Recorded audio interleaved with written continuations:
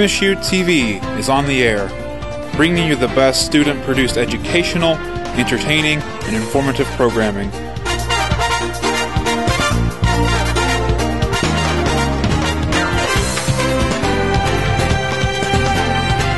Broadcasting out of Breckenridge Hall on the campus of Morehead State University, MSU TV is signing on.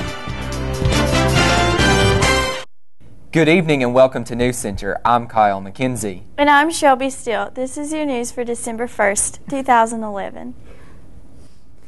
With Christmas just around the corner, the Student Programming Board hosted their annual tree lighting ceremony. NewsCenter has more. Earlier this week, SPB hosted their annual tree lighting event. Coordinator Shante Hurst says this is a good way to de-stress for finals and also bring in the holidays. Tree lighting ceremony takes place the last Tuesday of November, and it's a tradition to kind of bring in the holiday season after Thanksgiving, but before everyone leaves for winter break. And so traditionally, it's a collaboration between the Student Programming Board and the University Bookstore. Hurst says a lot of the community as well as organizations on campus were involved with making this year's tree lighting ceremony a success. President Andrews was also involved. He read a Christmas story to the children who participated. For about an hour and a half, student clubs and organizations will have activity booths going on where the children will go around and kind of participate in some of the activities. And there's also an opportunity to buy some discounted items in the bookstore. This year, Students Helping Students were the hosting organization for the gift wrapping, which was free or by donations. Inside of the bookstore, that also had an opportunity, the young children also had an opportunity to take a picture with Santa inside of the bookstore and enjoy some beverages with some punch and cookies. Hurst feels that putting on this event is a lot of hard work and involves plenty of behind-the-scenes work from SPB. Planning the tree lighting ceremony takes about a month. Lots of communication between the Traditions and Spirit Coordinator with Student Programming Board and a representative from the bookstore. But that also means that we're in communications with the President's office, making sure that he's ready to read the book and that he's aware of the book that he'll be reading and has already read it through. Getting in contact with student organizations, letting them know when the registration process is for signing up for booths, making sure that pretty much all lines of communication are open and that we're doing everything we need to do, working with facilities management so we are sure that the tree's decorated and is actually ready to be lit. Recently, an employee of Morehead State was elected president of KACE. NewsCenter's Ariel Ross has more on the story. Megan Boone, a career counselor here at MSU's Career Service Center, was recently named the president of CASE. NewsCenter had the opportunity to speak with her about this organization. It's the Kentucky Association of Colleges and Employers, and it's a statewide organization focused on career services professionals as well as employers who typically hire entry-level college graduates. So the membership of the organization is actually a mix of those two. Ms. Boone also talked to us about how she was elected at their fall conference earlier this month. The offices are elected by the membership, so anyone who's a paid member at the time of our fall conference is able to vote on the president. So we do, a formal ballot, elections from the floor, that sort of thing. She also told us what she will be doing as president. Yeah, as president, you're responsible for really everything with the organization. I want my main focus to be moving the organization forward and creating events, programming, webinars and things that are going to allow our membership to not have to travel to our conferences. NewsCenter asked her how she felt about her new position as president. I'm excited to be president of CASE. I'm a little bit worried about the work that it's going to entail, but I'm very excited, and I'm proud to be representing Morehead State University at a statewide level. For NewsCenter, this is Ariel Ross. If anyone is interested in more information on the CASE organization, you can visit their website.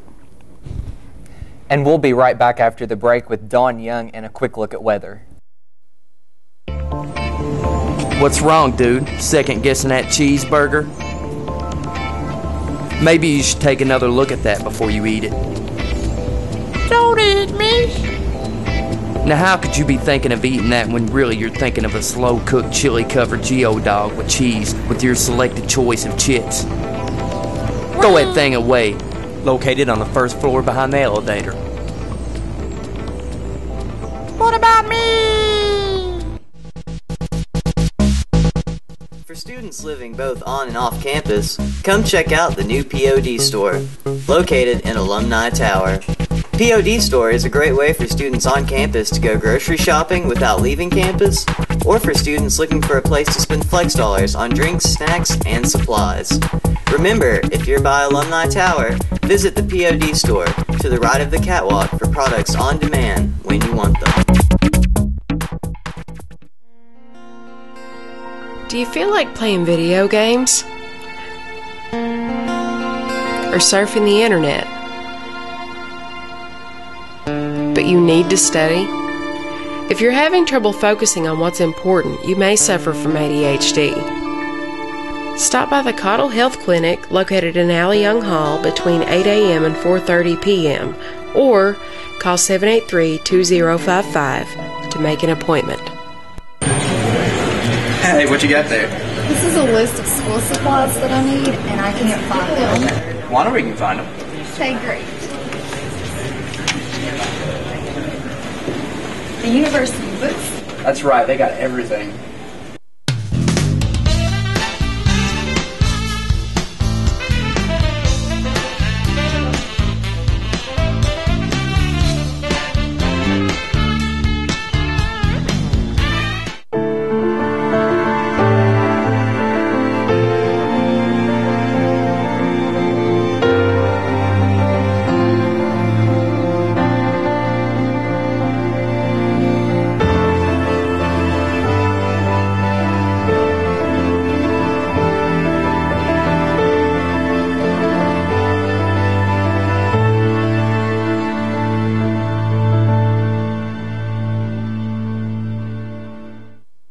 Welcome back to NewsCenter. Current conditions outside, pretty nice day overall. It's sunny outside. There's a few clouds in the sky. Temperature's around 43. If you're standing in the sun, it feels a little bit warmer, but it's still 43 degrees outside. We're going to be seeing some more cooler temperatures work their way into the area as we get closer to Christmas time, and that obviously comes about every year. But dew point's around 31, so that's about right for the kind of day we're having. Let's take a look at your record temperatures. As you can see, back in 2001, it was set at 79. So we're not very close to that today, about 30 degrees off, but oh well. And I'm glad we're nowhere around -2, set back in 1995. So pretty good day compared to those. Taking a look at the Doppler radar across the Commonwealth, you can see that there's not really much of anything going on. Overall, a clear day. So taking a look at the temperatures here, you can see down in Bowling Green, temperatures around 50. Louisville seeing temperatures around 48. The capital, Frankfort, seeing temperatures around 46. Lexington, 46. Same with Covington. London, temperatures around 50. Jackson as well.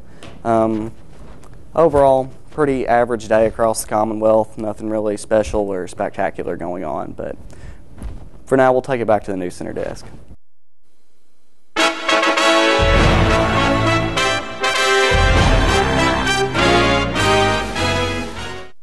Welcome to NewsCenter Notices. This week we have Adrienne Tapp, who is a member of the Service Corps for the Center of Regional Engagement. Welcome to the show this week. Thank you.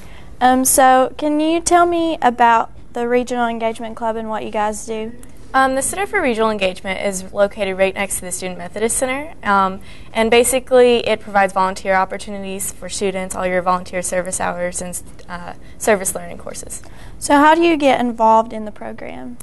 You can check out all of their service learning opportunities on their website. It's called volunteerhub.com, and it can help you match volunteer service opportunities with what you're interested in. So we're having a service for change, and that is with EKU. Yes. Right. We're having our MSU EKU Challenge for Change. It's our third year doing it, and basically it's a volunteer competition between the two universities to see who can log the most service hours. It'll start right when we get back to school at our first EKU game and end at our second EKU game, so it's about a month long. Who holds the current reigning title? That would be us. It's very exciting because for the past 2 years we've won. The first year we had about 1,300 hours, and last year we had about 4,000 hours, so we're really hoping to hold on to our trophy this year. Do we have a set goal in mind for the hours? I think we'd really like to see MSU do 5,000 hours this year. Given our number of students, that shouldn't be a big problem. We just have to be sure to log all the hours that are going on during that time. Okay. So what are some of the current community service opportunities that we have? Right now we are doing the bell ringing that you see with Salvation Army. You can volunteer for that. Dove's Women's Shelter and the Gateway Homeless Shelter. And then there's always the Build-A-Bed system, and there's just all kinds of things if you check out their website. There's something for everyone. So how does someone log in their hours?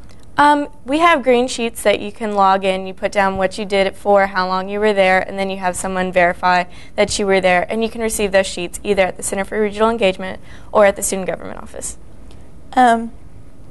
So what other organizations are you involved in on campus? I'm a member of the Student Government Association. I'm the chair of the Student Life Committee, so I do a lot with student concerns, so it really works well with my with the Service Corps. And I'm also the president of the International Studies Club. Awesome. So do you have any future plans after graduation? I plan on going to graduate school and either doing my majors in history, so either archaeology or something like that. All right, well, thank you for coming on the show this week. Thank you. We'll be right back with another look at weather and Cecil program with sports.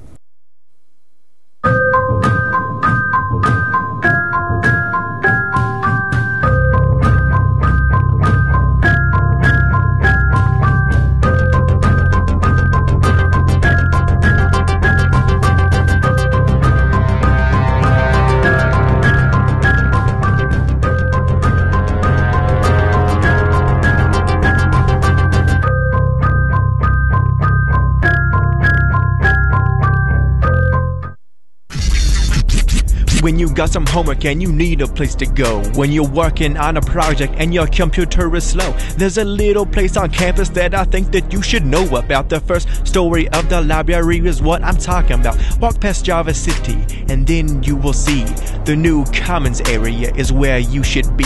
They got computers and printers, couches, tables and more. It's the perfect place to go for study time galore.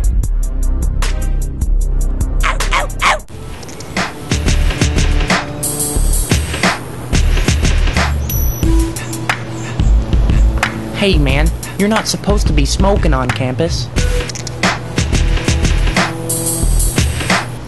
Don't listen to him, it isn't like anyone's gonna know he's smoking a cigarette. That's a really bad idea. Remember, Morehead State University is a tobacco-free campus. Please don't throw that trash on the ground. I know someone is watching you now. Recycle man, recycle man. Please take care of all your waste in a responsible way. Recycle.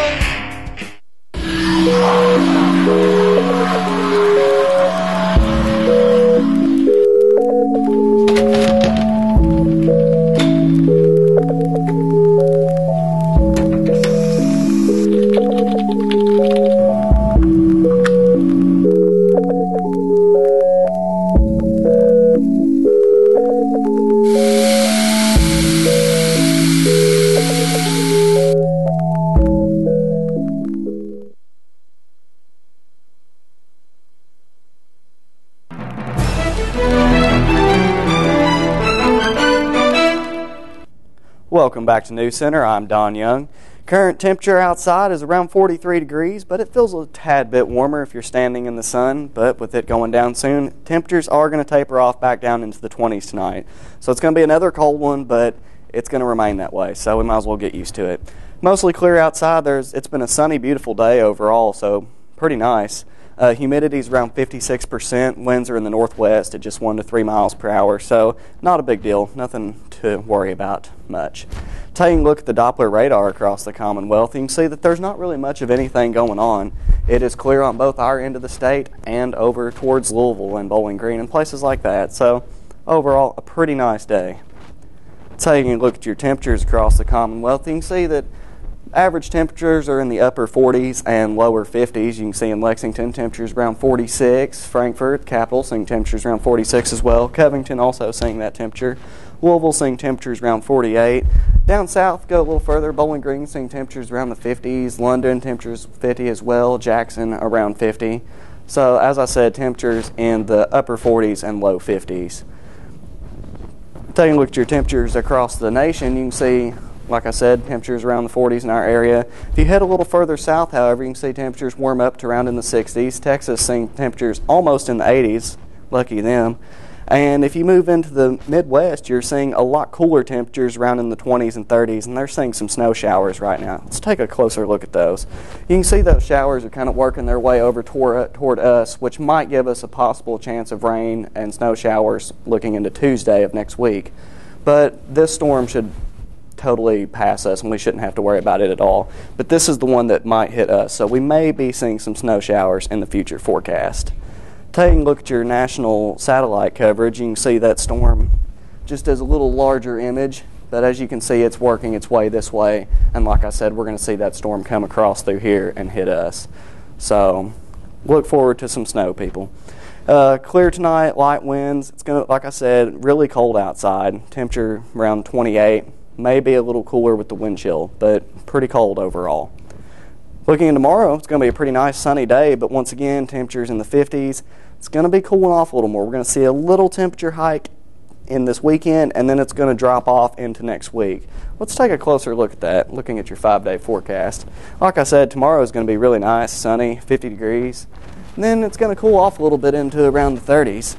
Saturday, another beautiful sunny day, as the temperature warms up just a little bit into 55 with a low of 44. And then Sunday, that temperature is going to start dropping back off again. We're going to see a little bit of clouds move in Sunday with a temperature of 52 and a low of 46. And then Monday, that's when the rain's going to arrive. We're going to see temperatures around in the upper 40s, and moving into the night, temperatures in the upper 30s. And then moving into Tuesday is when we might see that rain and snow.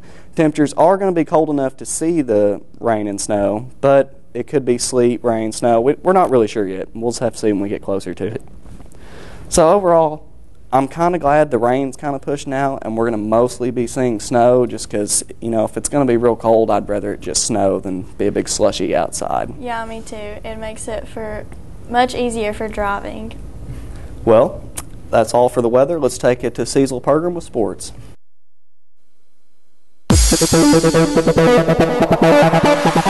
Your home for the Morehead State Eagles, this is NewsCenter Sports. After capturing the OVC championship, Morehead's volleyball Eagles have their NCAA tournament opponent set.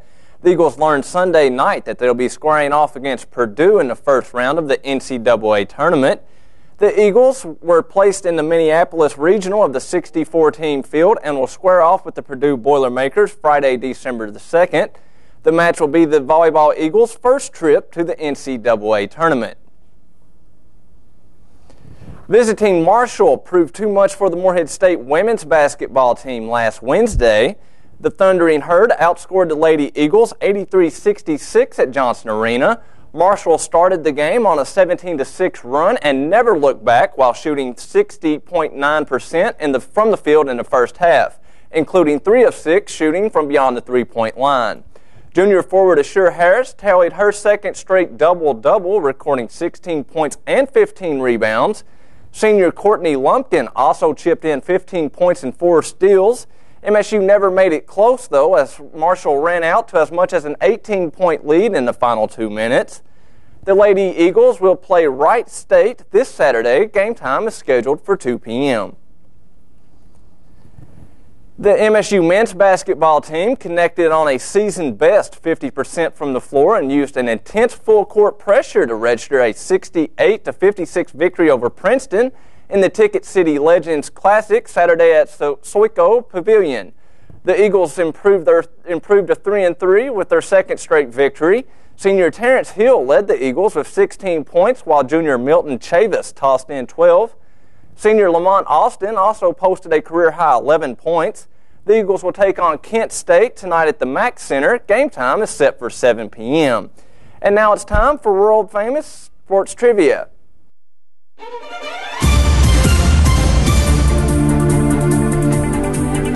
Who is the leading scorer for the Eagles men's basketball team this season? A. Ty Profit, B. Lamont Austin, C. Terrence Hill, or D. Drew Kelly?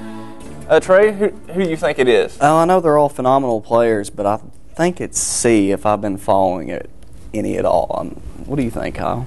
Well, I'm a Ty Profit fan, so I'm going to say Ty Profit.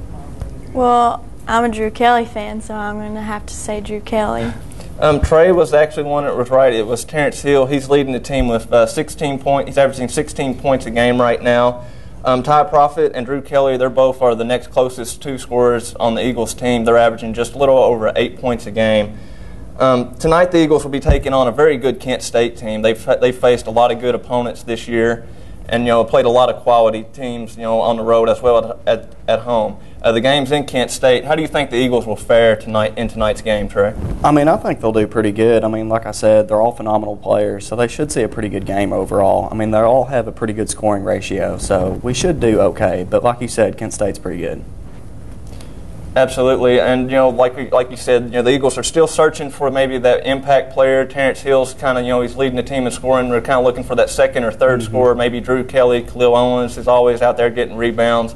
And I think eventually as more they play more basketball and the more they get comfortable playing with one another, eventually we'll get that second and third scorer and we'll be much better. Now we'll take it to sports calendar.